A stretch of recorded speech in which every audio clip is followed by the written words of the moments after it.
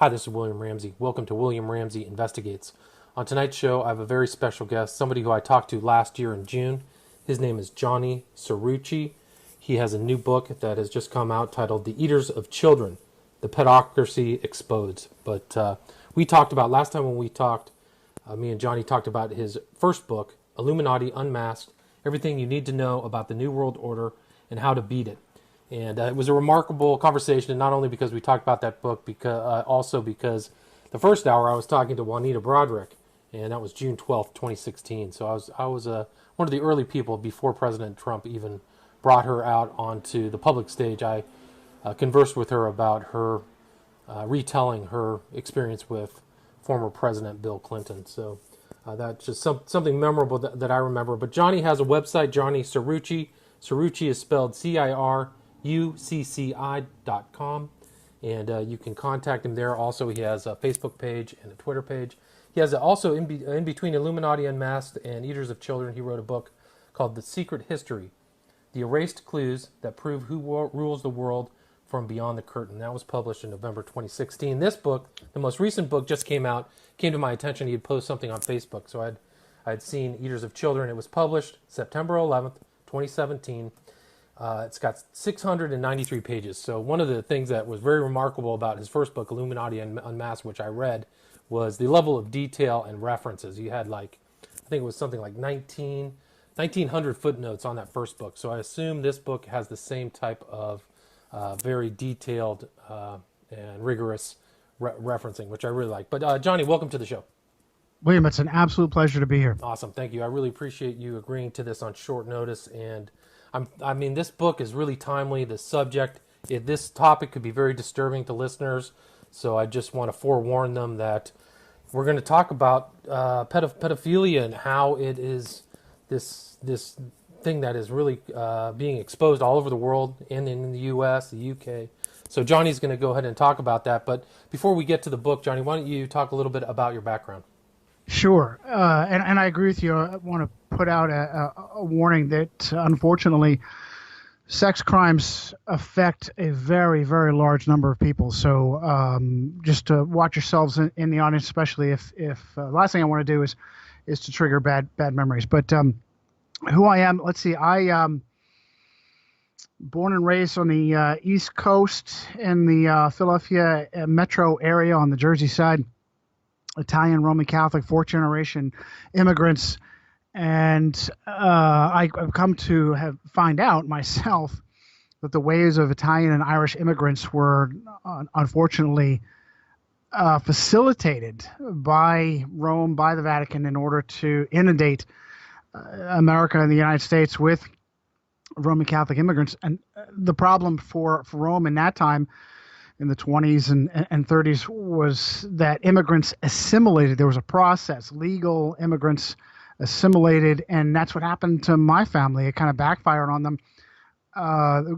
Grateful for the second chance from Italy. My family went uphill, fought hard to establish themselves, became proud Americans, and that kind of instilled rights-leaning, patriotic values in me and pushed me into the military. I spent about 20 years in the Army and the Marine Corps, and unfortunately I had kind of a tough family background. An abusive father, left when I was 20, and it gave me a bad attitude, William. It gave me kind of like a disrespect for authority, and I think that kind of carried over into my military career.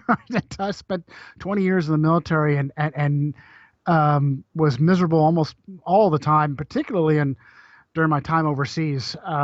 It just was. I wanted so much out of it and got so little out of it. Well, so little of what I wanted. I certainly got a lot of experience and knowledge, and because my life experiences caused me to question authority, and I had strong values. When, for instance, I went to college, I wrote for the university paper, and that gave me some experience in writing, but also in backing up my strong opinion, my very strong opinions. And so that's where it began, this obsession to as somebody that's always kind of, especially in, it was a liberal public university out west, and so I was constantly fighting, constantly debating, and it taught me how to do that, how to not give my own opinion, but instead try to give facts from quote reputable sources. And that is what I think leads into my what I would consider relatively unique style. I call it the italic suspended style because sometimes my citations in the book are so long they make me nervous that they're too long. But as I was going through my military career, I shied away from quote mainstream media because it seemed to have a left-wing bent and sort of gravitated towards right-wing but still mainstream sources: Rush Limbaugh, Mark Levin, Sean Hannity, Bill O'Reilly, all those guys. And it was okay for a couple of years, but they seemed to have their needle stuck. They seemed to say the same things over and over and over again. And it was the advent of the Obama presidency with his shady background that no one in that arena questioned that really started to tick me off and get embittered with these sources of information. What broke me from it all was the supposed killing of Osama bin Laden in 2011. Not only was the official story ludicrous and changed repeatedly, but I also had military sources that admitted that the official story was false, was untrue. I mean, here you have the most valuable intelligence assets in the entire so-called war on terror, and SEAL Team 6 was ordered to shoot him on sight and dump him in the ocean. Come on, really? So that was what pushed me off into what we know as so-called alternative media. And I found the same situation in alternative media. But before I hit that point, and I was still in college, I had a unique religious experience. I became a born-again Christian. I went to a local church there in college, and changed me strongly from a non-practicing Catholic to a pretty passionate born-again Christian. So that's my bias, and fit very well. I felt like I had come home because it fit my values, and I was like, well, this is where I always wanted to be. And so back into my transition to media sources, as I started to look into alternative media, I had a similar situation. It seemed like folks in alternative media were saying the same things. They were giving me a little bit more truth than mainstreams, but they weren't giving me the whole truth. It was like just giving me symptoms here and there. I was listening to alternative media, came across a guy who started giving names, places, and dates in regards to the Vatican's involvement in history, politics, military, everything. And me being, let me back up, when I was also writing columns for my university paper, I started to blog too. And so all that time, from the 90s on to 2004, to 2010, all the way up to I'm constantly writing and researching, but not doing it seriously, not just kind of like dabbling in it. And so when I finally heard this guy giving this information on the Vatican and the order of the Jesuits, I'm taking notes as I'm listening, and I'm looking this up for myself, and I was like, wow, oh my goodness, everything this guy is saying, I can verify. And so I started to blog on that, and one of my columns did unusually well for me, and I figured that was the point where I needed to go ahead and put this in a book. I didn't really want to write a book because I was intimidated by it, and I didn't think I had the patience for it. I really don't, but that was Illuminati Unmasked in 2015, and then the next year I wanted to do kind of explain what I call the Jesuit world order, the matrix of web of lies that have been created. It was my intent to do that as instead what I ended up doing was the historical background to Illuminati Unmasked, which was secret history, is all the history that went into Illuminati Unmasked looked at in detail. And then it was really with the advent of the Trump Clinton campaign and so-called Pizzagate, that the stuff that was child sex slave trafficking, I was aware of it, but had not really focused on it to do deep research. The Pizzagate stuff brought it all to the surface, and the deeper I looked, the more upsetting it was, the more clear it was that there was more than enough material to write a book on. And basically, the long and short of it, William, is it's the gateway to power. It is the elite who are controlled, the 1% who control power everywhere, from the CIA to Hollywood to London, are I call them Luciferians, really, really evil people that they ensure the loyalty of their followers, by getting them to commit the most heinous acts you can think of, which is the rape, torture, and ritual slaughter of the innocent, children, animals, anything, infants, toddlers. I just saw an article from the Daily Caller that was just out a couple of days ago about how no fewer than 11 mayors have had been accused of or been arrested for some sort of sex crime. Right. On top of that list is Seattle or something, was it? Was a guy out of Ed Portland? Murray in Seattle. Yeah, Seattle. that's right.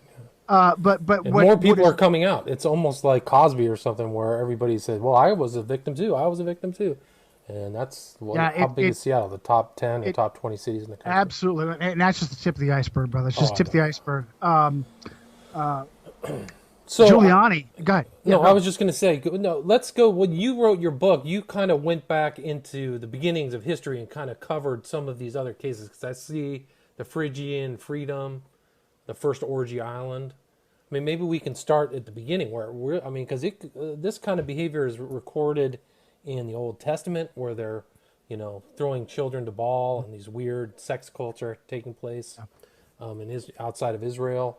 So, this guy, and even Crowley, and I know a lot about Crowley, reference a lot of these child sex and child sacrifice type things, So, absolutely. And that's why, because it's so ancient, almost timeless, I do discuss a little bit, or try to explain it in spiritual terms, even though not everybody reaches a Christian explanation of spiritual terms. Most people who consider themselves religious do agree in the basic concepts of a bad entity that most people call the devil, and a good entity that most people reference as God.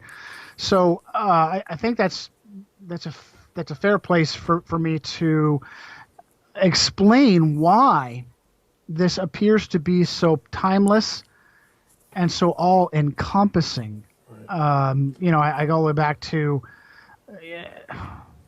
Babylon and really Greek. Rome. Rome, Greek. I think one of the Roman emperors was involved in pedophilia. The one that preceded Little Boot, Caligula. Little Boot Caligula. Absolutely, good for you. I was going to give for instance the Greek Titan Cronus supposedly castrated his own father Uranus and married his sister.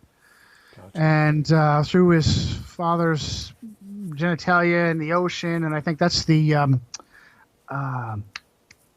my goodness, I have that later. That is the let's see, that what came out, the Furies came out of the froth. Yeah. So and then Tiberius is the emperor who was so diseased and consumed with lust that he retreated. He was actually too overboard as a Roman emperor and retreated to the island of Capri. Capri, that's right. And there he had victims, children brought to him for his sexual gratification, to rape them, to torture them, and then he would chuck them off a cliff when he was done, or make them kill them too, right? Absolutely. In sport or whatever, any perverse thing that he could think of, he did, and he brought Caligula into this, and as a result, Caligula ended up the way he did. And the rumor is Caligula killed Tiberius, right, or suffocated him with a pillow. That is an unproven rumor, at least from historical sources. But what isn't a rumor is that Caligula was deeply in love with his own sister, Drusilla, and had sex with all three of his sisters. And when Drusilla died early, it was part of what made Caligula lose his mind, as well as his own diseased, lust-filled. He was really incredible. Just as bad as Tiberius. They say that there was a boat they would put out on one of the lakes outside of Rome, and there were human sacrifices that would take place there. Absolutely. And so this is part of why, when I say exposes across history, why is it so consistent that people in power seem to want to partake of their power by doing these unbelievably heinous acts? And I explain this as the ultimate, the Sauron at the eye, the great eye is Sauron, the devil, whatever you want to call him, is the master, the interdimensional master of this, and he requires, as a show of loyalty, if you want access to this system. Right. I call it kind of like a devil's simulation, a demonic version of The Sims, of a large, complex video game of like Age of Empires or whatnot, right. Simulation game where you build nations and so forth. Certainly, if for Jews and Christians, there is references to that of entities that control whole nations. That's particularly found in Daniel. But I explain this as this is kind of like a parasitic simulation over top of what I, as a Christian, call God's creation, and it requires the loyalty for power. And I use this as an example in my book, how the devil takes Jesus to a high mountain and tempts him with all the kingdoms. That's because at that point, that was his sword. He controlled all the money, the power, the kingdoms, and he requires that, as far as I'm concerned, to this very day. If you want to partake in power, you have to show your loyalty. The ultimate selfishness is to turn off your humanity to abuse children. As a matter of fact, one of the examples of mayors, I pull it up here. One of the examples of mayors who was accused of a crime was accused of assaulting a toddler that was 4 years old. Wow. This is the recent stories? Yeah, let me see here. That's Where was incredible. that? Shoot. Yeah, it's really sick how often you come across. Here it is. It was former Ohio Mayor Richard Keenan, a Democrat, listen to this, a Democrat, the only time I have ever seen a sex offender given a life sentence. He served 10 years and will soon be eligible for parole. Wow. Richard Keenan assaulted a 4-year-old. And this is actually very, very common. Infants and toddlers. You think, okay, so everybody has these unguarded moments when you might find a young teenager appealing in some way. No, man. These people go after children so young they have not even matured. There is nothing sexual in the slightest bit about these small children, and that's who they go after to rape, torture, abuse, and ritually slaughter. And it just proves that there is something else going on, yeah, something absolutely. like demonic, yeah. Well, do you know two of Charles Schumer's, Senator Schumer's guys? It was one guy's name was Schwartz, and then the other is the guy all caught up with Huma Abedin's husband, Weiner, right? They were both pedophiles. I mean, they both had child porn and everything, man. Like, this I got is news recent. for you, man. Yeah. When you see something like Lauren Coleman from the Bigfoot community sent me a report on Ted Cruz. Ted Cruz tweeted something pornographic and immediately came back, oh, that wasn't me, that was a staffer. Right. Yeah, when you see this stuff about so-and-so's staffer is a pedophile or obsessed with pornography, that is the tip of the iceberg. Right. The That's reality is, like, why are people surrounding themselves with people like that? oh, right? because that's what they are. Right. That's birds what of a they feather, are. right? Yeah. All the way to the top. You are not granted access. Donald Trump has been sued by a woman who said when she was 13 years old, he raped her on Jeffrey Epstein's Orgy Island, which is, his version of Capri. Right. It is. I mean, that building there that's on the Orgy Island, it has an occult design. It's blue and gold. It has like weird statues on top of it. It is their own religion, and it is the same timeless religion that goes all the way back. It's the ancient religion. And Epstein's a very strange character. He came out of nothing. He used to be a school teacher. Right. He was a school teacher, and all of a sudden he got plugged into stocks and Wall Street. It was the Wexler family, the billionaire family of the people. And he's probably a Mossad agent and all that stuff. Here's why. Because they love to use Jews as patsies. That's why he was enabled. He's no big stock guy. No, way. He's a front. He's a total front.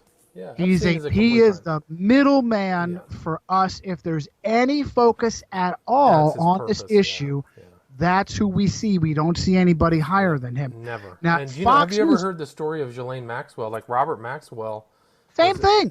Same thing. She's got Jewish roots too. Oh, yeah, but Robert Maxwell was just a criminal Mossad. I mean, the Mossad probably killed him, but the interesting thing is that this is like the intelligence, but there's also something else because Maxwell himself was a rake too. He had all kinds of prostitutes. Whenever you see, and I cover that in depth in the book, whenever you see this military intelligence connection, for instance, the Wonderland Club is a pornographic European-based child porn, kiddie porn. That was a huge bust, right? Was well, that's what the media said. A huge bust. That like 140 different police agencies. You know how many kids they rescued? One. Wow, that's nothing. One. And when as far as the big net that came in, trailer park trash and school janitors and no one of substance whatsoever. Right. The Wonderland Club was using KGB encryption codes in order to facilitate. And you know what the buy-in for the club was? No. 10,000 images of kiddie porn. Wow, that's 10,000. You imagine how plugged in you have to be to an illegal activity to collate 10,000 illegal images. It is completely systemic. It rises all the way to the top. Key people are thoroughly controlled. Cops, judges, prosecutors. It's like a blackmail thing. When was the Wonderland? When was that whole bust? I don't remember exactly the dates of that.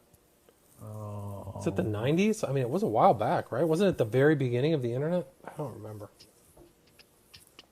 I'm showing the bust was in 2001, which means the club was running for decades before that. Right. Like it was message boards and all that stuff. 13 countries, 180 men, led by British officers, 104 arrests. They rescued 2 children, and one of them was actually only rescued one. Suspects included. This was from the Daily. The Observer. It wasn't even colored by covered by the Mail or the Guardian, by the Observer. Suspects included the usual collection of outsiders, unemployed loners in UK bedsits. I don't know what a bedsit is. A father and son in a U.S. trailer park. Come on, really? Wow. Really? That's crazy. Where was the bust? Was it in Europe? Supposedly it took place simultaneously in 1998 across, 13 countries, and 104, like I said, 13 countries, 104 arrests, 107 homes, and nobody bigger than someone out of a trailer park trash.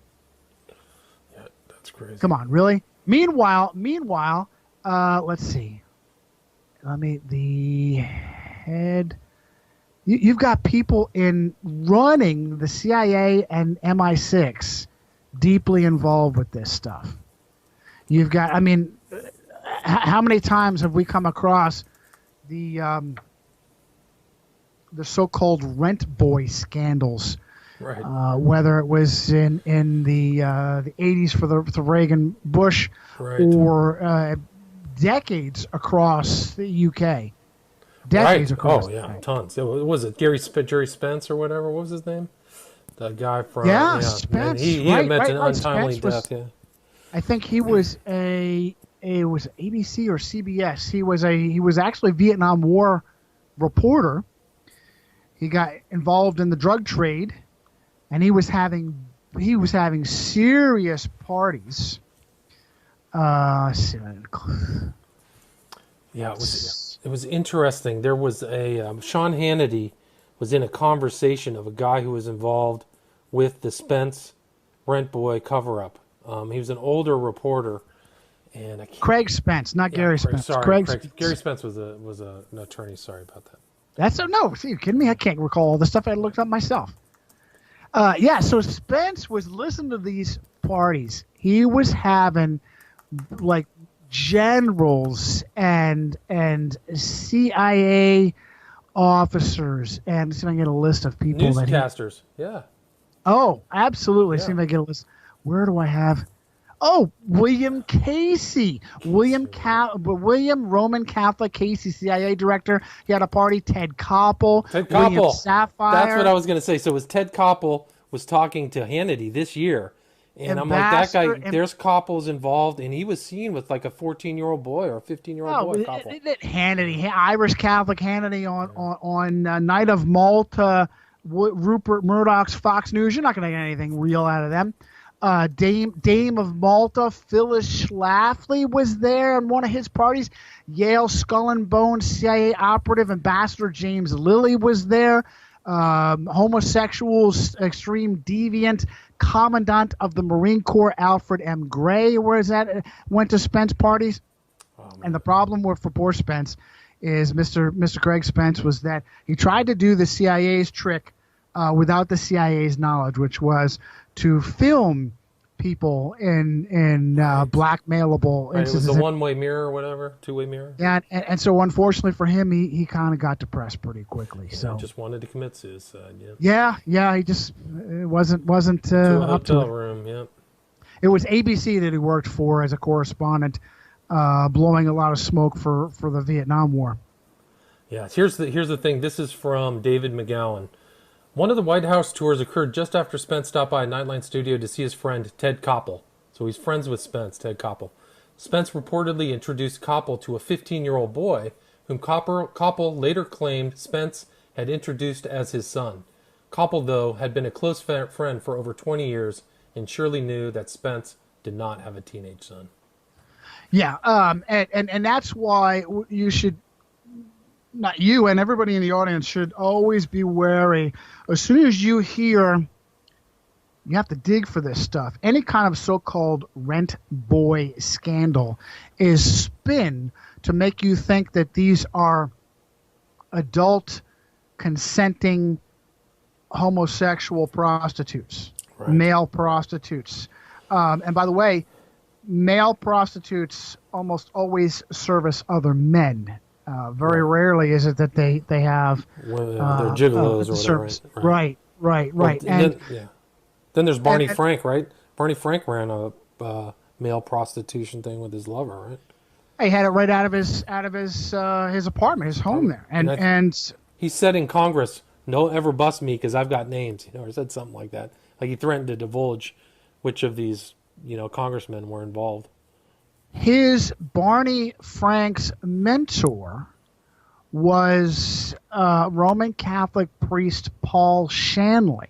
Oh my God. Paul Shanley was one of the serial rapists that led into the Boston Spotlight scandal controversy. The movie, there. Spotlight movie, right? Paul Shanley was a co-founder of NAMBLA, the North American Man-Boy Love Association. I have that in one of my chapters. That's right. There was something like that. I'm going to send you a picture. Take a look at your the message that I put up here on. Yeah, and by the way, Paul Shanley claimed that he had a special ministry to young homosexual boys that was cleared by 3 different cardinals in Boston, the first of which was Umberto Medeiros.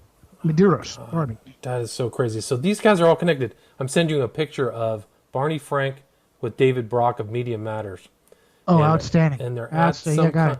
They're at some kind of party, and Brock has a choker on. I mean, and Brock was like this head guy, probably the main person that Hillary Clinton was working with and giving money to for her presidential campaign, where she was, trying to fight people online. He was heavily involved in that, and boyfriends with James Alefantis of Pizza Ping Pong. Comet Ping Pong Pizza there in Washington D.C. It's all connected, and here's so why crazy. I say that resistance is rising. The sincere people in Occupy and sincere Tea Partiers have to wake up and realize that this is far, far beyond political parties. Far beyond political parties. Everyone in the political parties is corrupt, particularly on the supposed right. The Republicans are not only corrupt, but they're absolute frauds. They don't even come forward with their agendas. I think that Trump's people are going to be really. I keep telling people, if you think that Donald Trump is going to stop illegal immigration, he won't. He'll stop illegal immigration about as quickly as Barack Obama closed Guantanamo Bay. Right. I have the printouts of Obama's 2008 promises that was in the top 10. I want to say it was number 8 of his top 10 was to close Guantanamo Bay. And surprise, surprise, you guys, if you think you're on the left, actually that's a really is an agenda that is for us. That's a populist agenda, because what happens at Guantanamo Bay is they torture innocent Middle Easterners to turn them into jihadis. Right. Because the global war on terror doesn't exist. It's a complete fabrication. Well, it has to continue. You've got to have an enemy, right? So you create them. Right. Make them absolutely. pissed off, send them back and so over where to do they bring them? They bring them to our communist enemies nation of Cuba. And we have a base there. And how is that possible? Because Cuba has been run by the Castro family, which are devout Roman Catholics, Jesuit trained. And that is who is behind the war on terror. Where did the Castros go to school? Do you know? Did they go to school in Cuba? Wasn't Castro educated in the States? Fidel, I have to look it up. Fidel went to no fewer than 3 separate Jesuit schools. Fidel did. And his brother, is it Rafael? Raul was an altar boy. Good Roman Catholic. Good Roman Catholics. Right. And they've always been in tight with the church. The Vatican has played games with them off and on, or pretending to be against them, but they've always been very tight. And by the way, I don't want to offend Roman Catholic brothers and sisters. Hey, look, this is about your leadership. Your leadership is absolutely poisonous, and I think a very large number of Roman Catholics can agree with us on this. Well, that's interesting. I mean, that's another kind of focal point for this whole child pedocracy is the Catholic Church all over the world. I mean, if you look under the stones of even what was the guy from Germany? Wasn't he the guy who was involved in tons of cover-ups? It was What was it? Ratzinger, Ratzinger, yeah.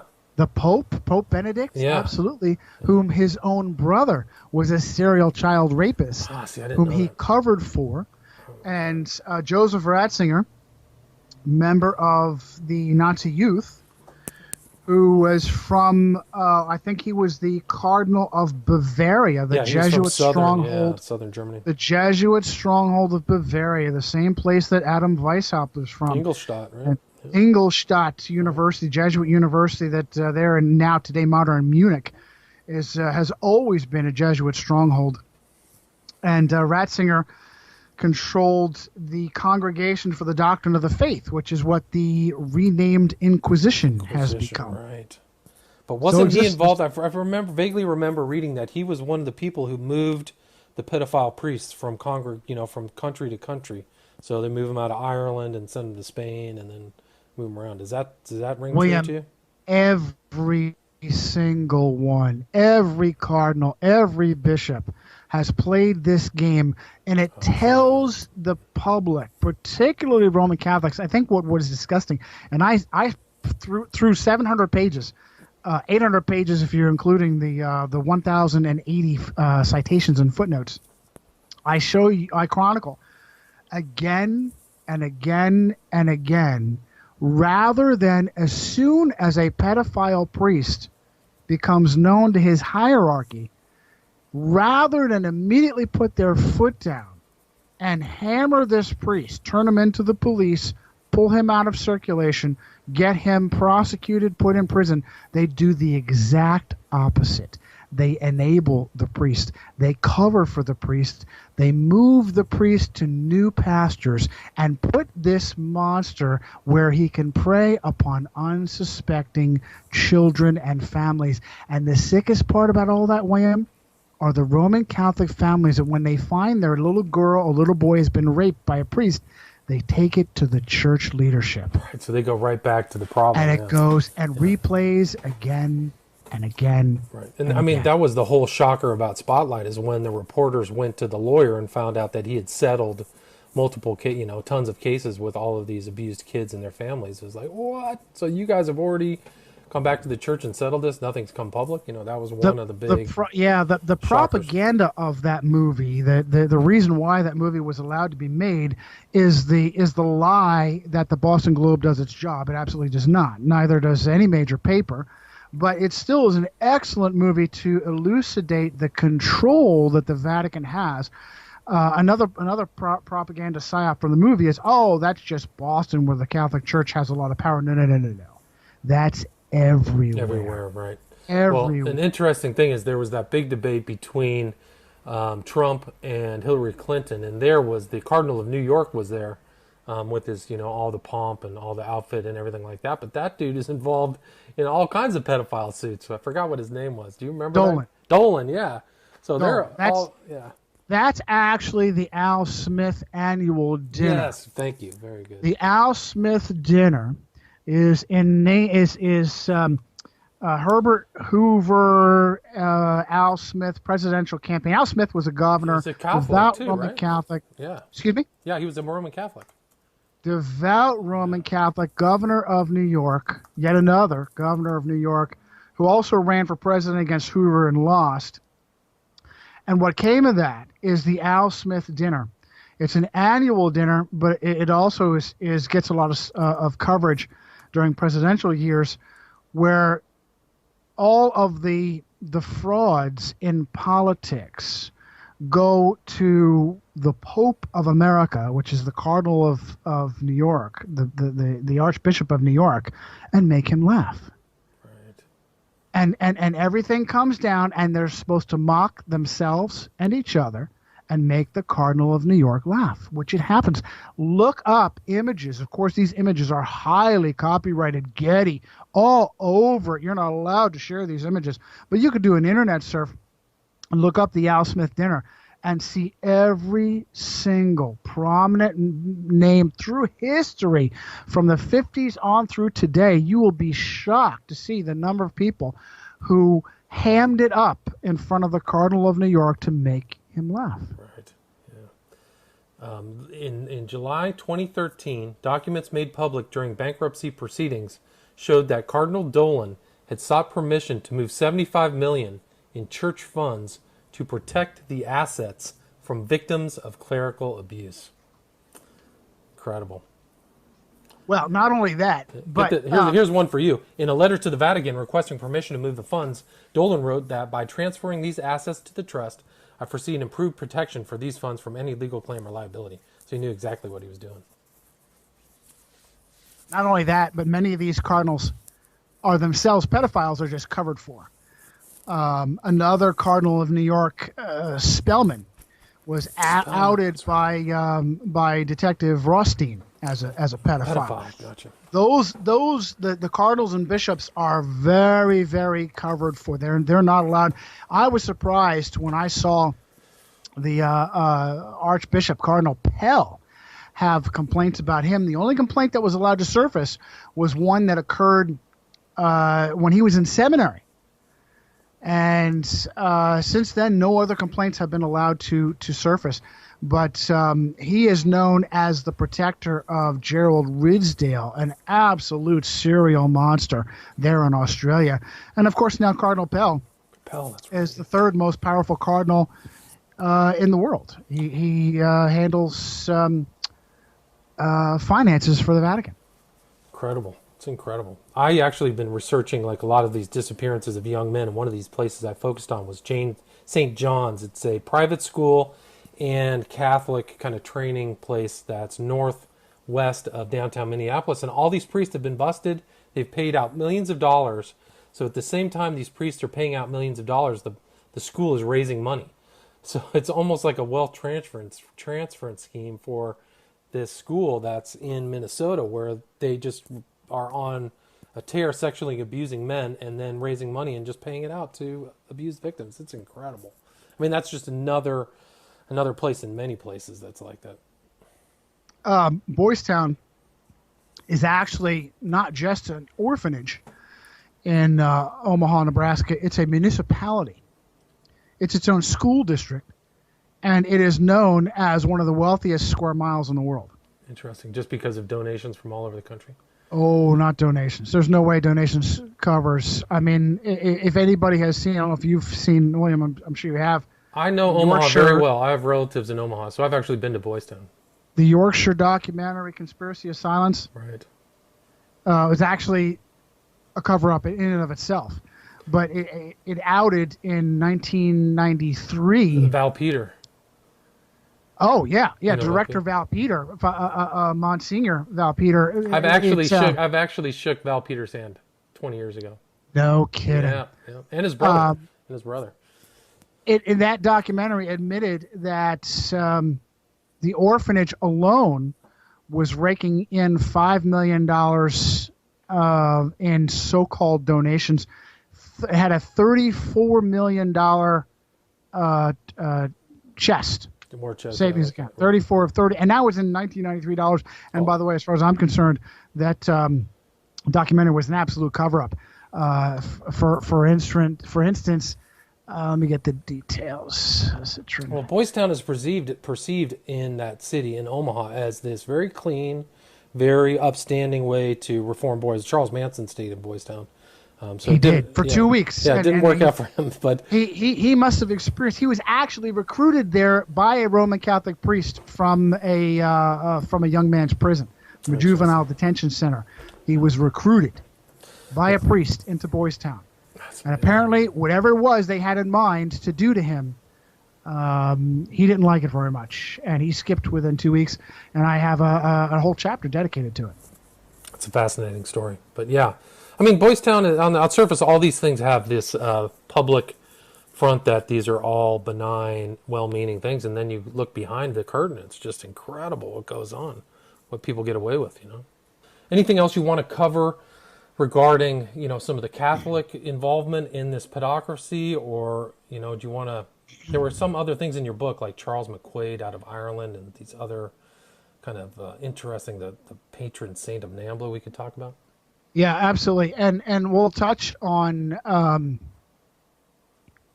Manson a little bit because he was actually recruited there. He was recruited to Boys Town let's see if I can pull up a detail or two, by a Roman Catholic priest that who was the chaplain of a supposed public juvenile detention center. Manson was also raised in an orphanage controlled by the Knights at Gibault, Gibault.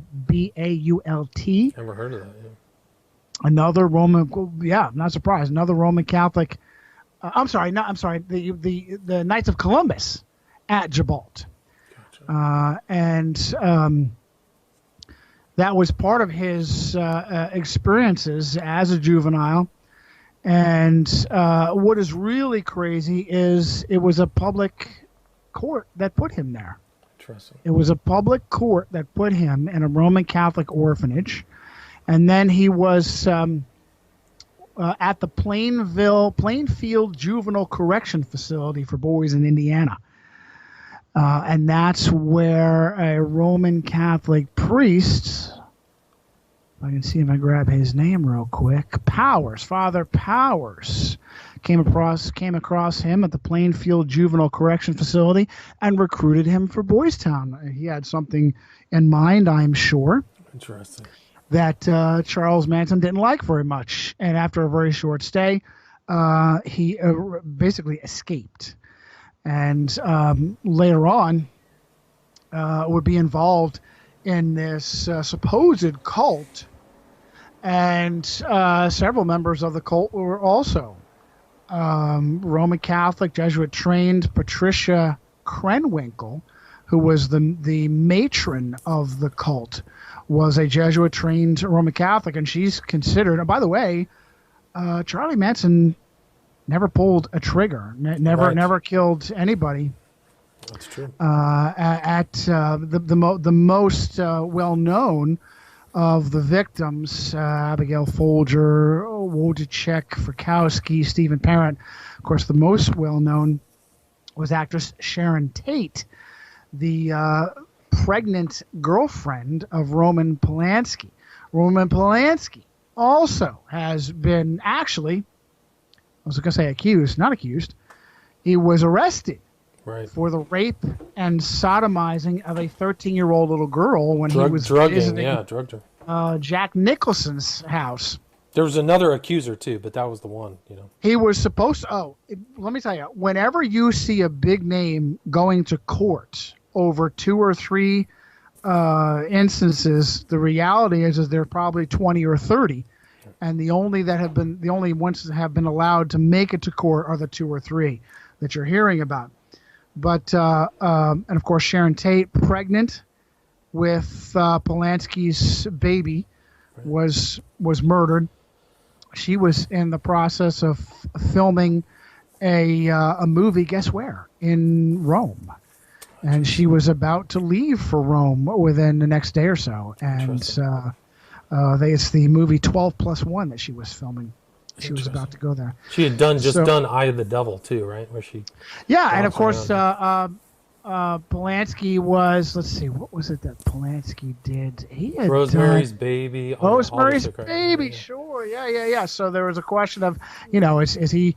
And it's a part of the story is that Tate was using birth control and should not have gotten pregnant, and so you never know if his diseased mind was, really this is some kind of crazy baby. I don't want to. The reality is that he was a typical guy who wanted his cake and wanted to eat it too, and didn't want to be connected.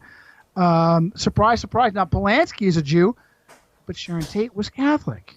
Interesting. And Sharon Tate's Catholic background, even though she was living as a free sex, free love Hollywood hippie, her Roman Catholicism was getting the best of her, and she wanted to be married by the time the baby was born. Interesting. And that was part of what did her in. I'm convinced. Of course, I'm speaking out in it. Vincent Bugliosi was his prosecutor, and also interestingly his biographer.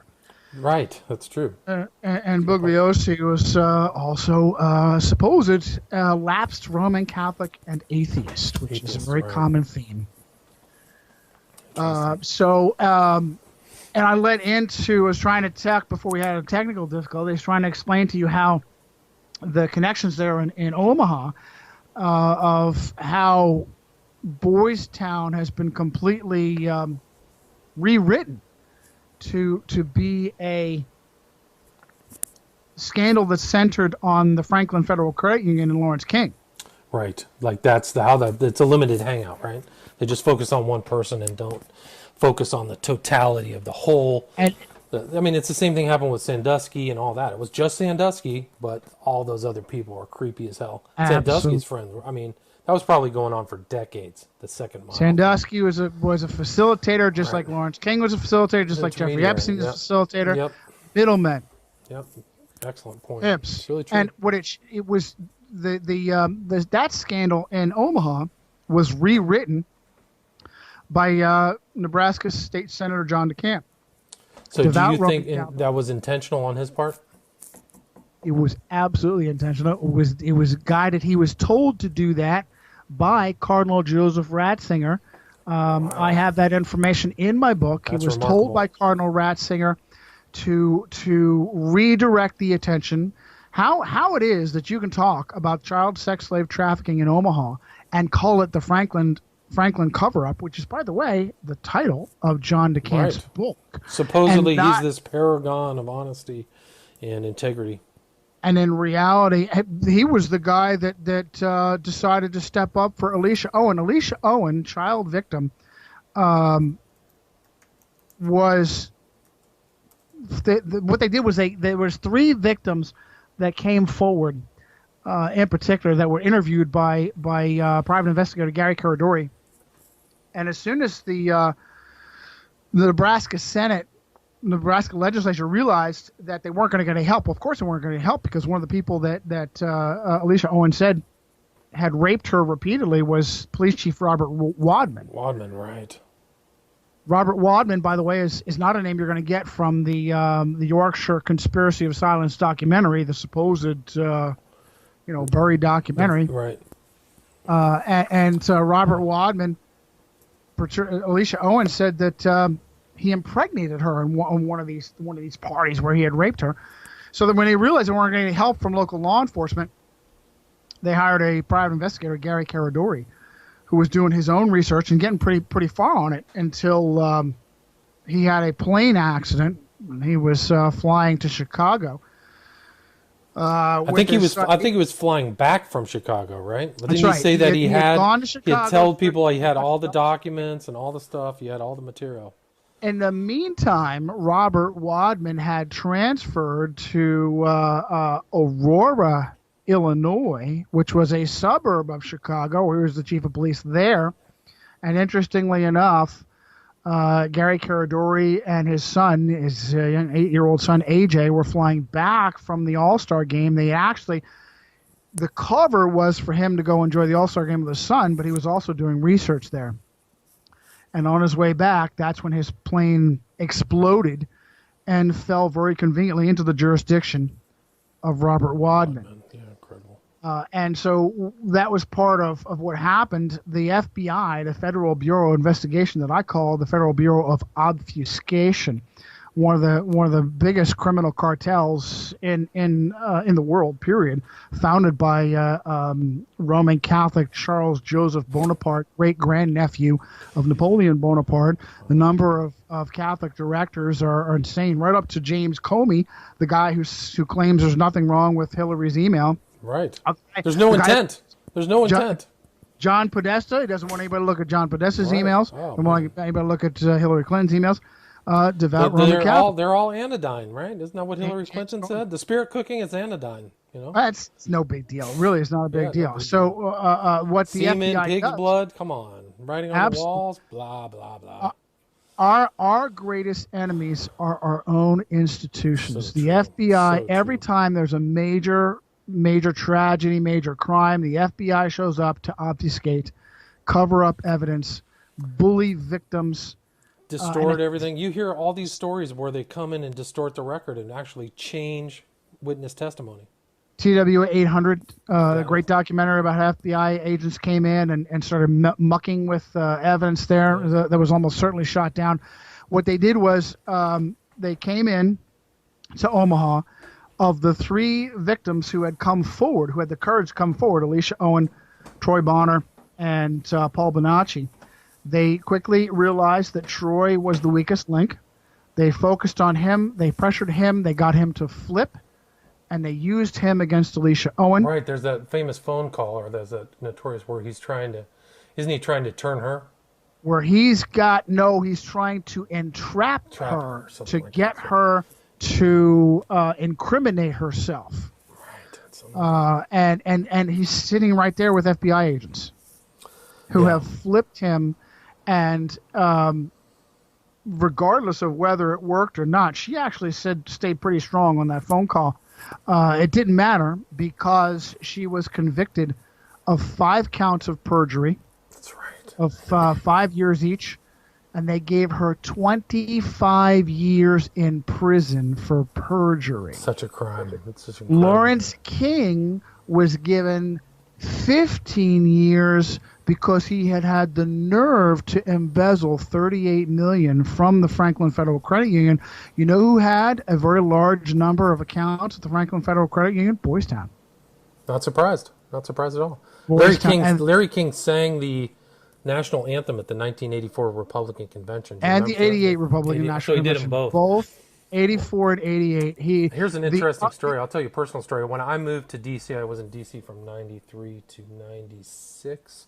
And I was in Northern Virginia. I stayed in Northern Virginia the whole time. But in Northern Virginia, he had somehow moved. I think he got out of jail early. And he had moved to Northern Virginia and sold cars, is my understanding. Because somebody I knew had ran into him. Does that sound correct? It does. I don't have the details on that, but I can tell you that. Oh my goodness. But one of the interesting things is why would he move to D.C.? That I found interesting. So he still found some protection or connection to, the nation's capital. Absolutely, he was totally covered for, and the only thing that he did wrong was to embezzle from the Catholic Church. That's what brought the heat. That's what brought the government. You know that one of the prosecutor, the guy who prosecuted Jeffrey Dahmer, was a Jesuit priest. I had no idea. No idea. Not surprised. His defense attorney, who did a horrible job, was trained by the Jesuits at Marquette. Gotcha.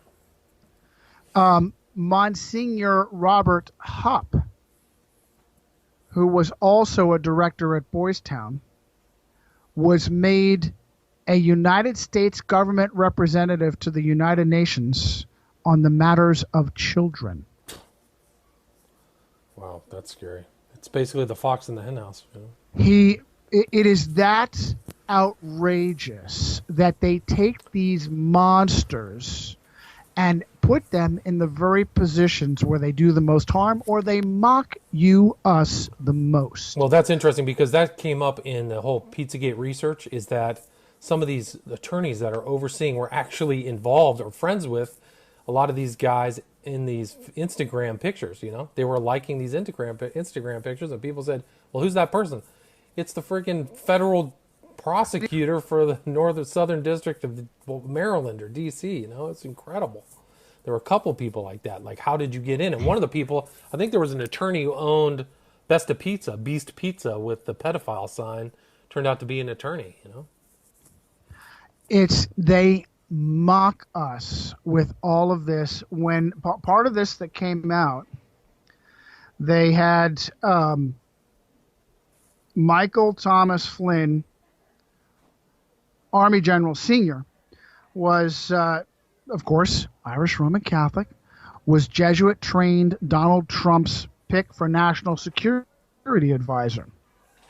Now, the problem was, they called it Pizzagate because they were playing with fire.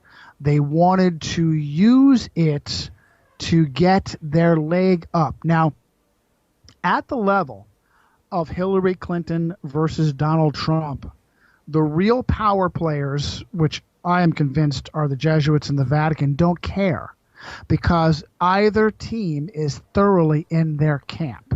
Probably. Hillary Clinton, diseased, sexual deviant, Her and her husband were empowered by a mountain of cocaine trafficked by the CIA through Mena, Arkansas. And all the money laundering and everything. Jesuit-trained Bill Clinton, thoroughly in their camp.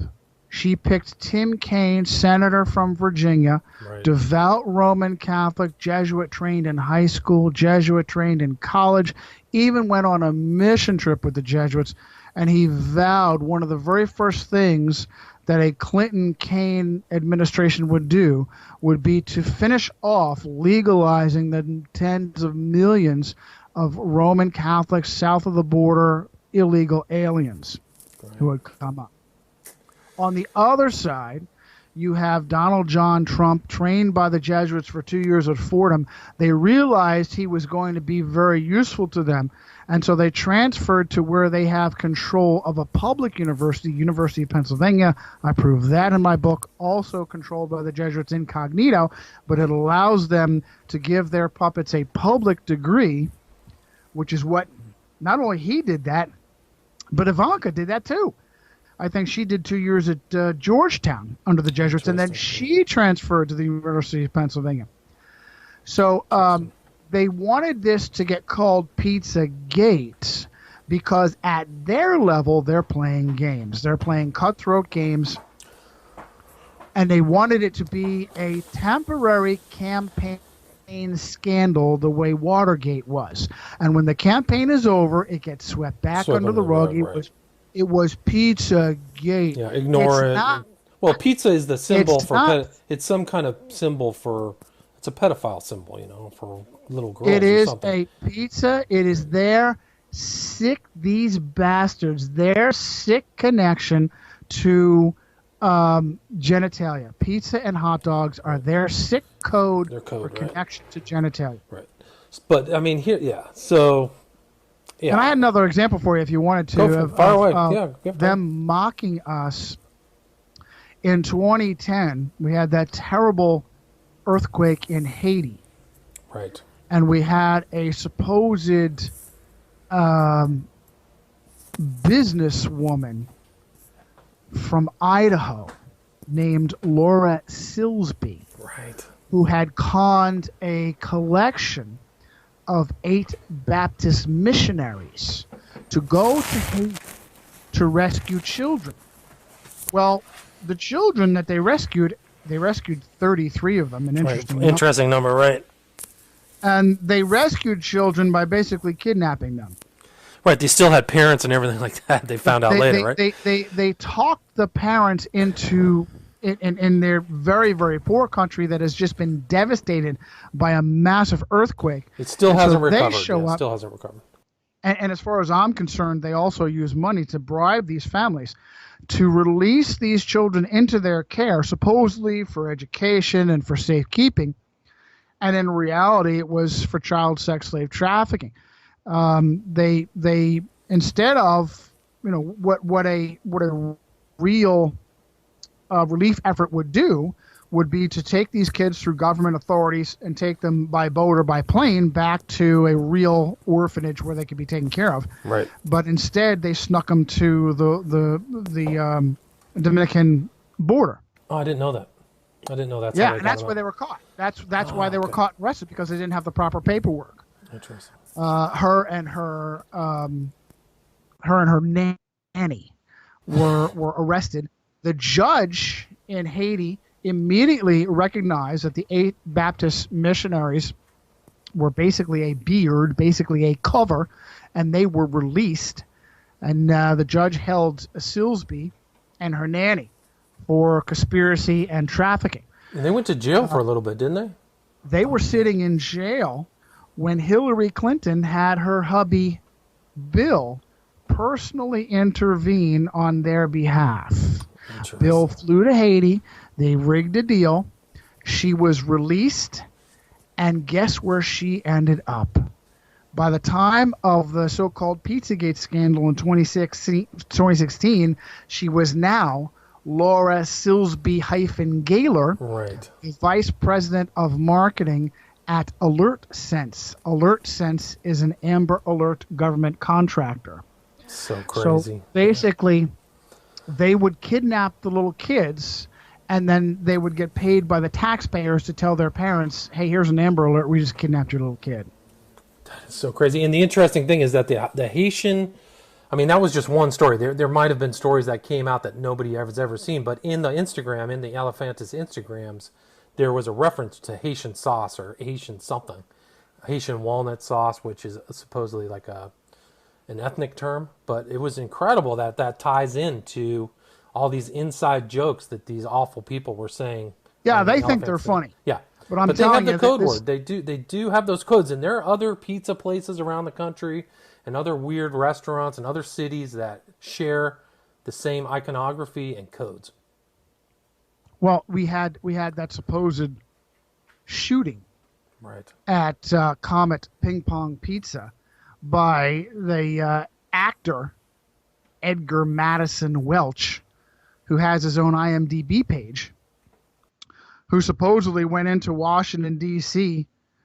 wielding a deadly AR-15. How it is that he got an AR-15 in Washington, D.C., a city where I crack a joke in my book that if you're sitting on the commode reading a gun magazine, you get a SWAT team popping through your window because that's how restrictive the gun laws are in Washington, D.C. So you got this actor who bursts into Comet Ping Pong Pizza wielding the AR-15. He squeezes off a single round that lodges in the restaurant's computer. Right. And no other damage is done because we really are that stupid. In 2010, Edgar Madison Welch was in Haiti building shelters for children. I didn't know that. That's incredible. So his backstory, he's an actor who was in Haiti probably with these other people. At the same time as Laura money. Silsby. Yeah. And how much money did the Clintons loot out of Haiti? $10 billion that's just missing and only 2 houses have been built or something? And talk about a nation that has been thoroughly controlled by the Catholic Church from Papa Doc, Baby Doc, Duvalier, all those monsters, absolute monsters. Nobody even knows how many people Haitians killed, yeah. have been murdered, what was tortured. it, the Tonton Makouts or whatever would go around Yeah. people, yeah. Good for you. Absolutely. They're secret police of Duvalier, based on a amalgamation of Creole and Voodoo and Roman Catholicism. Basically a big psyop, and he used that as part of his terror tactic. Maybe as many as 60,000 Haitians were tortured, murdered, disappeared by Papa Doc Duvalier. And the elites there live in luxury, and the rest of the population is worse than poverty. That's where it is everywhere. Yeah, they actually subsidize their caloric intake with pies made of mud. So it is absolutely heinous. Yeah. Heinous. And whenever there's any reason for an intervention by a nation like the United States, that's to set things right for the Vatican. Which is what happened when Bill Clinton intervened in Haiti. See if I can grab the details for that. Let's see here. I don't remember that. I don't remember that intervention. I remember there being a power quest after the Duvaliers. I can't remember what happened.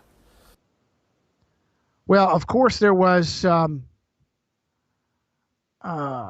Good grief! That's what happens when you write 700 freaking pages. It's hard to find hard to get to the. I know. It's in the Haiti.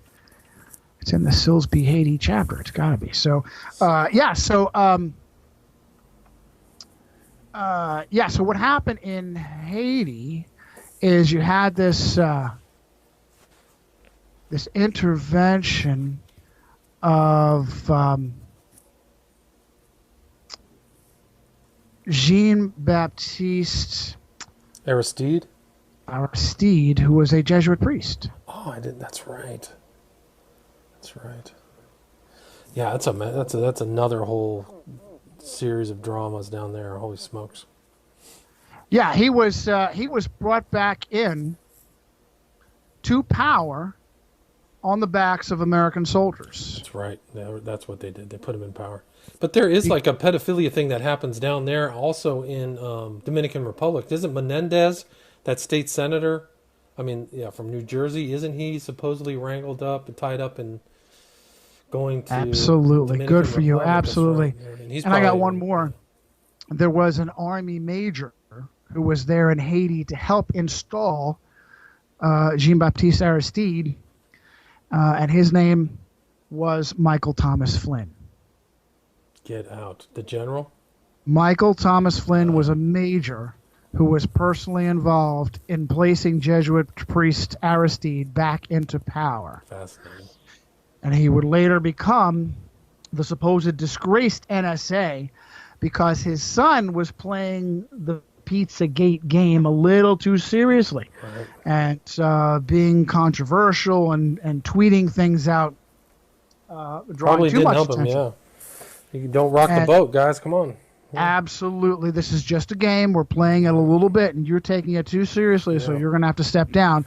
And I have a clip. I have an audio clip, and I reference it. I cite it in my book, where Jake Tapper of CNN, Whose favorite restaurant is Comet Ping Pong, right? Or isn't that his wife's favorite restaurant?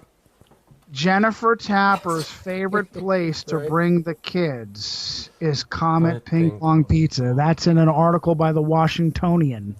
That's right. And her favorite place, her favorite date night place, was Buck's Camping and Fishing. Right, which is also owned by James Alefantis. There's a kind of an infamous pedophile documentary, the name of which I can't remember, but in that documentary, the pedophiles refer to each other as bucks.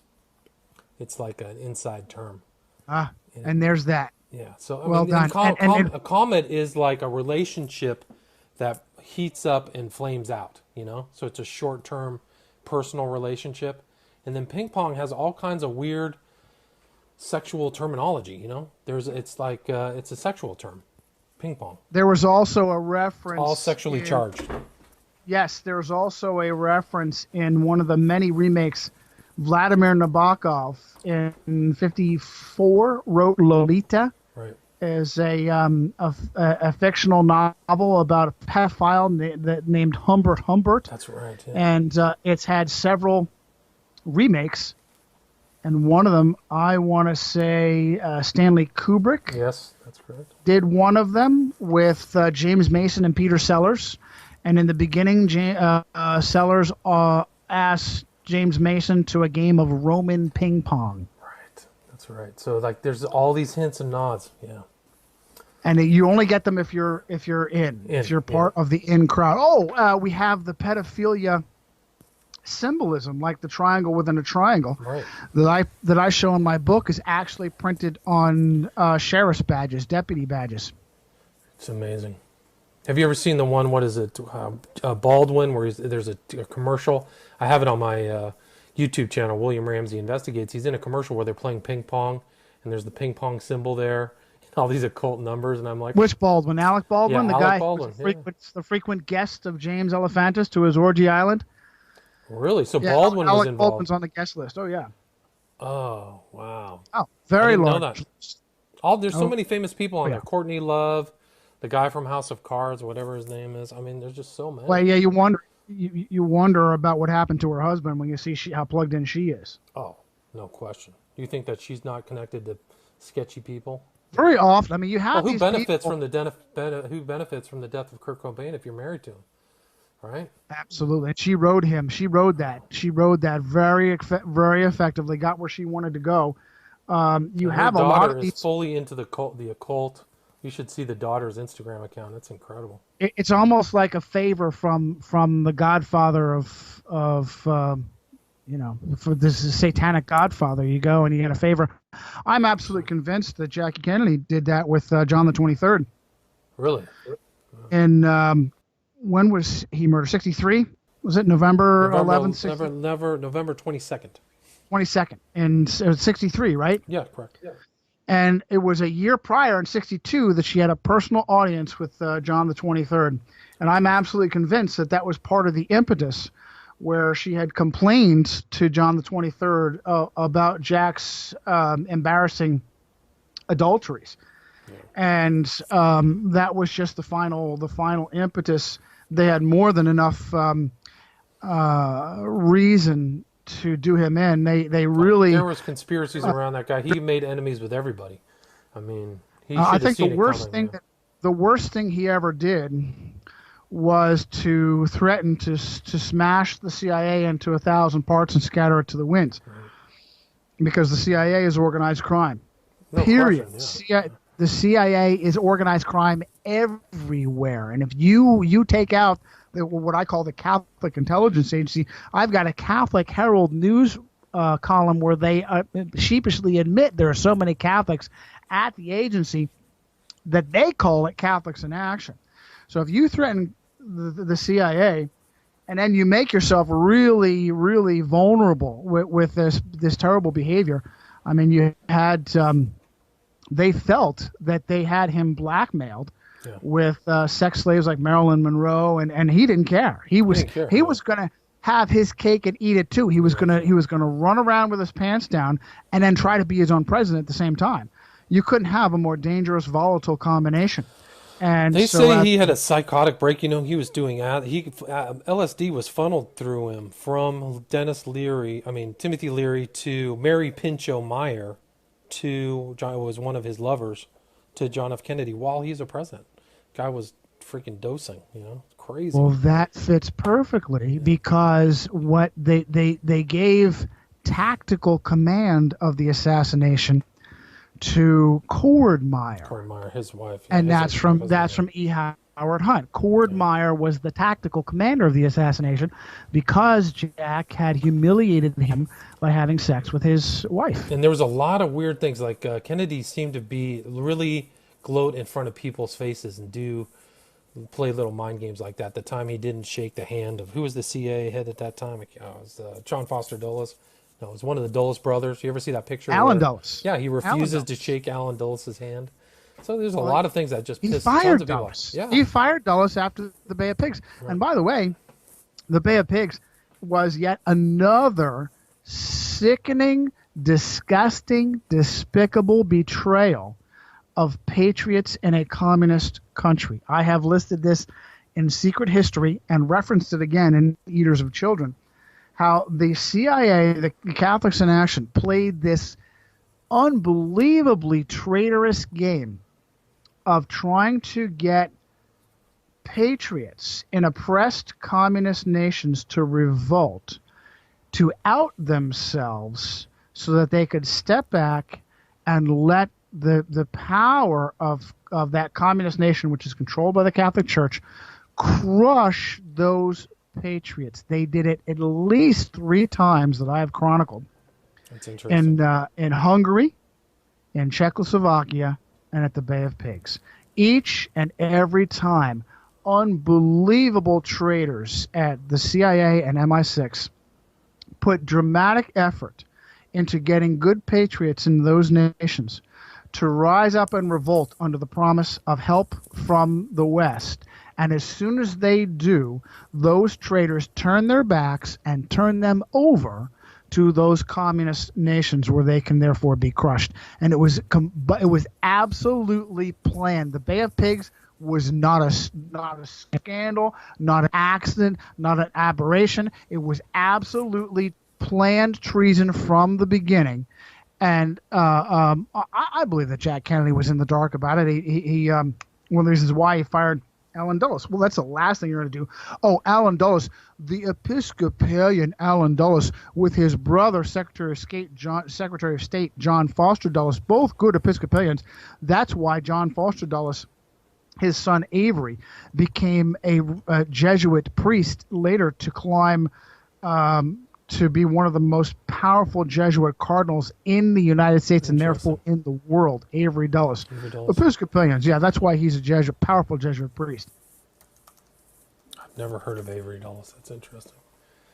Oh, huge power player, and that's why you haven't heard of. You never heard of a name like Jean-Pierre de Smet, Desmet. Also, one of the most powerful men in the world in the 1800s, was the king of the Western United States. He was the handler of Albert Pike, who helped create Masonry, yeah. Morals and dogma. Freemasonry, the KKK, Mormonism, all of that. It's incredible. I'm sorry, Pierre Jean, not Jean-Pierre. Pierre Jean. Peter John. Pierre Jean de Smet, another invisible power player. Trying to recall the name of the Leonard Neal was the Jesuit priest who was at the bedside of George Washington on his death. Interesting. Father Leonard Neal, Jesuit priest.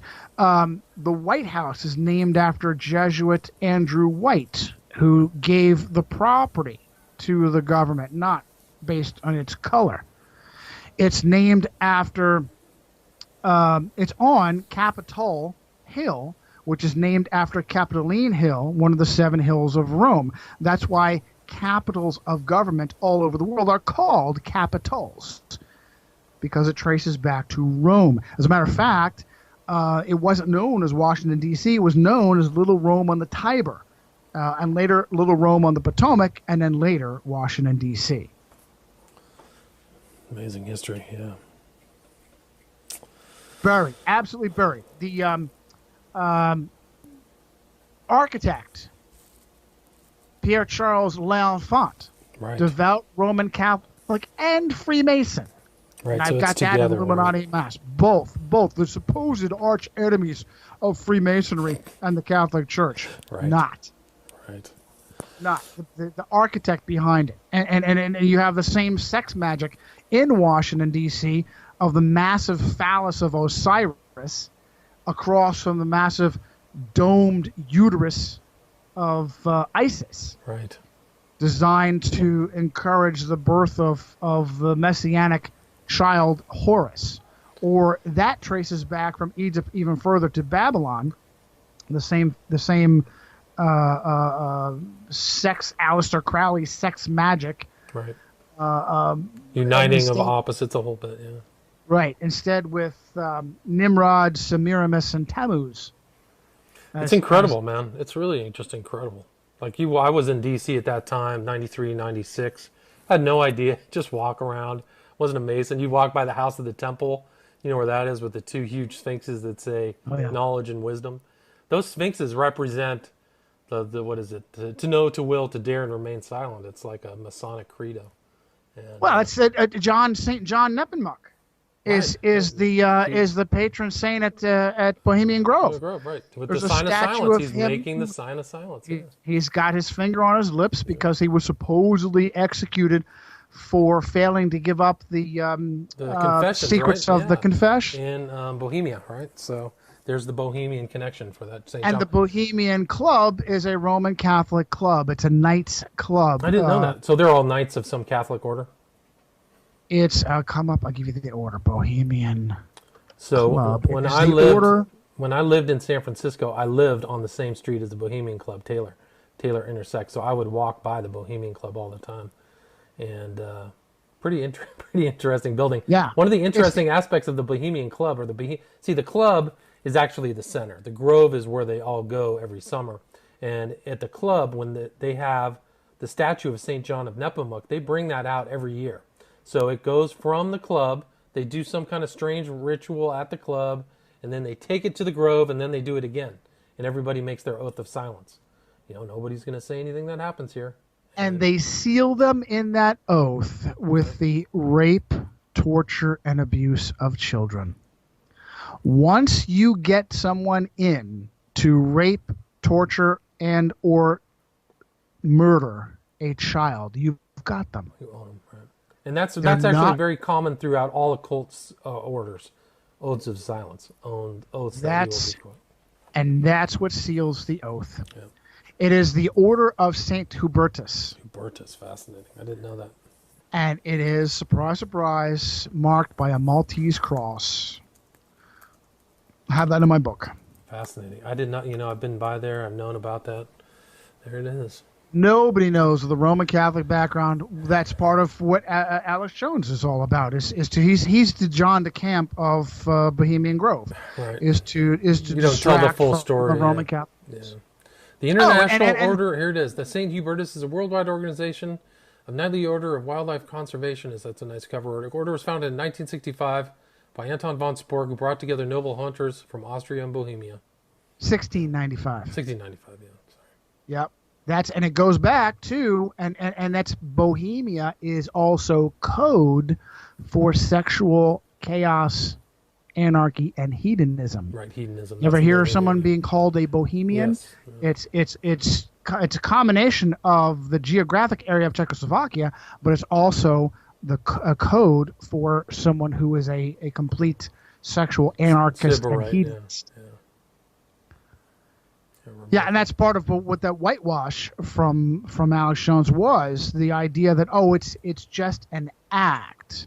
Meanwhile, we have all kinds of victims, Kathy O'Brien, Paul Bonacci, David Scherter, who are saying they were there and they were abused at the Grove and they watched children being tortured and murdered at the Grove. It wasn't an act. It wasn't a play. It was the real thing. Yeah. Well, I'll tell you a little bit about O'Brien and Scherter offline. Sure. Well, listen, everyone is flawed. That's why. Well, I wouldn't even say I wouldn't say their personality. Some of the stories don't add up. So there's and that's also part of it, is to intimately sow truth with lies, so that there is constant muddying of waters, and it's very, very difficult. Of course, that's why Kathy O'Brien never appears without her Knight of Malta husband as her handler and controller. She may not even realize that she's being handled and controlled. Well, she may not. That's an excellent point. She may not. But Ed Opperman did an interview with her, and to answer certain questions, she had to ask him, like, what's the answer? Like, she didn't actually have it's all controlled. And by the way, I'm kind of disappointed that Ed won't talk about these subjects either. He stops well short of where I take all the way through to the end, which is Rome and the Vatican and the Jesuits. I think Ed understands that, and he may be hedging himself as a way of protecting himself. And, you never know. And that's it's not why I do what I'm doing. I'm nobody. I'm just an author. I'm just a speaker. I'm not a household name, but I'm going to do what I think is right, and it's going to allow me to sleep at night. And I don't hold it against folks that know the truth and hold it to themselves, but I do hold it against them if they're in the public arena and people know them as supposed purveyors of truth, and they're holding back very, very important information. It's like I keep quoting on my show, Resistance Rising, the scene in Captain America where you got Red Skull with Hydra, cut off one head that two more shall go in its place. If you don't know the root cause, then you can spin your wheels against symptoms until kingdom come. It will never end until you cut off the right head. And that's why it's critical for people who know the truth but are afraid to go the full 100 yards with it, that they're doing a disservice to their audience, and it's disingenuous. So, not to name names, but no, that's completely fair. We're coming to the end of. We've gone for 2 hours. It's gone fast. But anything you want to wrap up? Let's go over kind of where people can reach you, talk about the book, and anything else you might want to add. Anything we want to cover? I think. God bless you, William. I absolutely adore you, your work, and your show. I think this is it, man. It doesn't get more serious than this. Everyone who is in power partakes of this, and they all have, very often. By the way, Johnny Cerrucci, JOHNNYCIRUCCI, JohnnyCerrucci.com, Johnny@JohnnyCerrucci.com.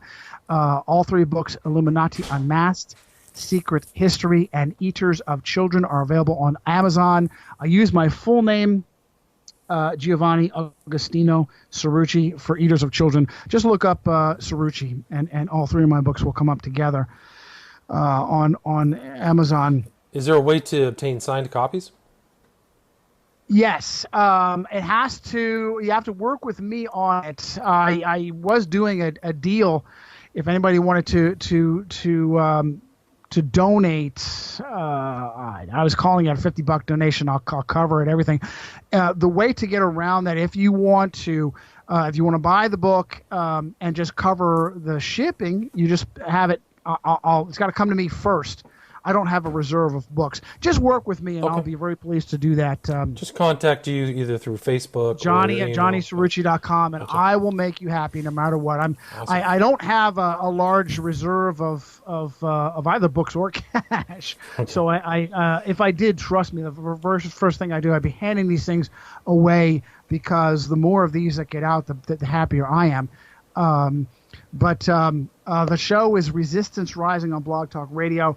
And this particular subject, I think this may be one of the most important things I've ever done, because it explains to you how they maintain control, how it is possible to have a conspiracy that is kept quiet. And they have mocked us, William, again and again, with when we question things like the moon landing, and question 9/11, and question the Kennedy assassination.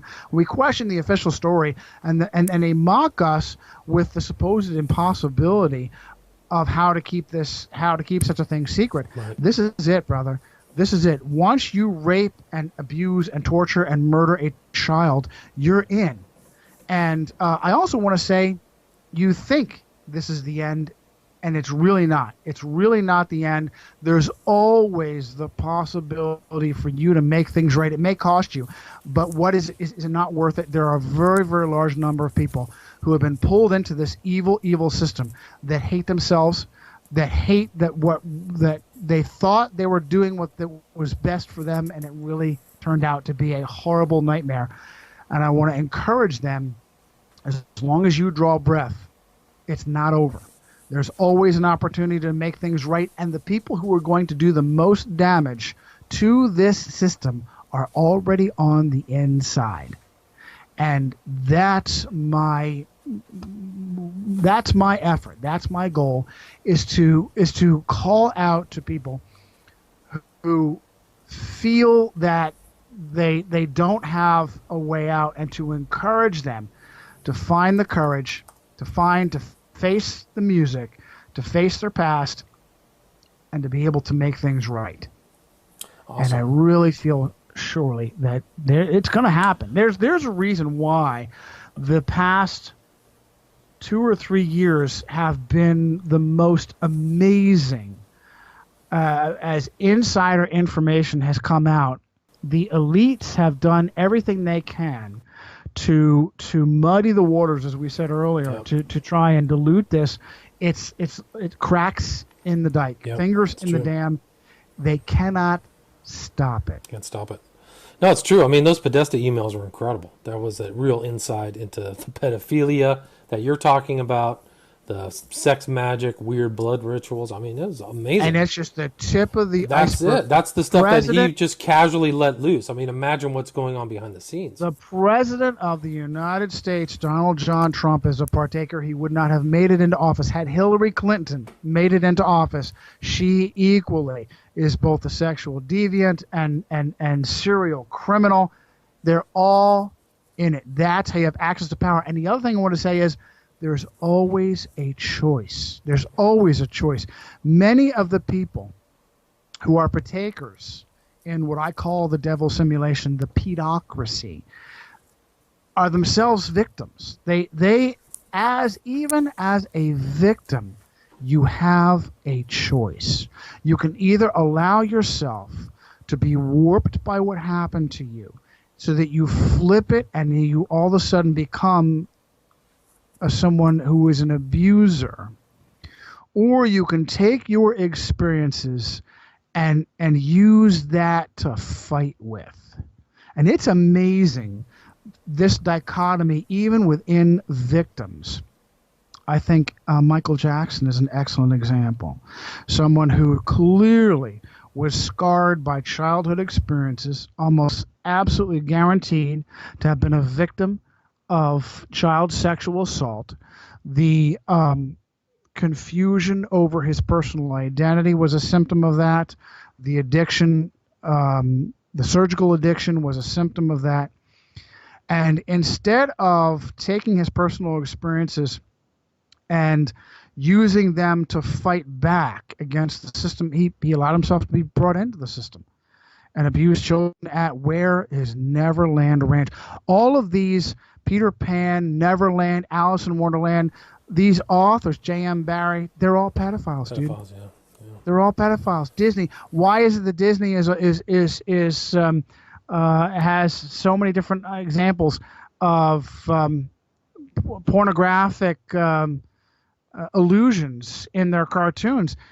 Media would mock it and make fun. Say, "Oh, see that? Here's another cartoonist that was just trying to get back at his company because he didn't get the bonus he was looking for." Not even remotely accurate. It goes all the way to the top. Well, Disney himself was a pedophile deviant who had was a member of the Jacques de Molay Boys Club as a child, and the purpose of planting these images in these cartoons is to sexualize our children, is to plant these subliminal suggestions so that your children can be the next round of victims. It's incredible. It's really incredible. All right, Johnny, I appreciate you taking the couple hours to explain the book. I feel like we just kind of didn't cover more than a quarter of all the information in there. It's a long book. I know that you're a very detailed researcher, so anybody who purchases it will definitely get their money's worth. So I really appreciate it. Again, Johnny Ciarucci. The title of the book is Eaters of Children, The Pedocracy Exposed. How Access to Power is Granted Through the Rape, Torture, and Ritualistic Slaughter of the Innocent by Johnny Ciarucci. Available on Amazon.com. Thank you.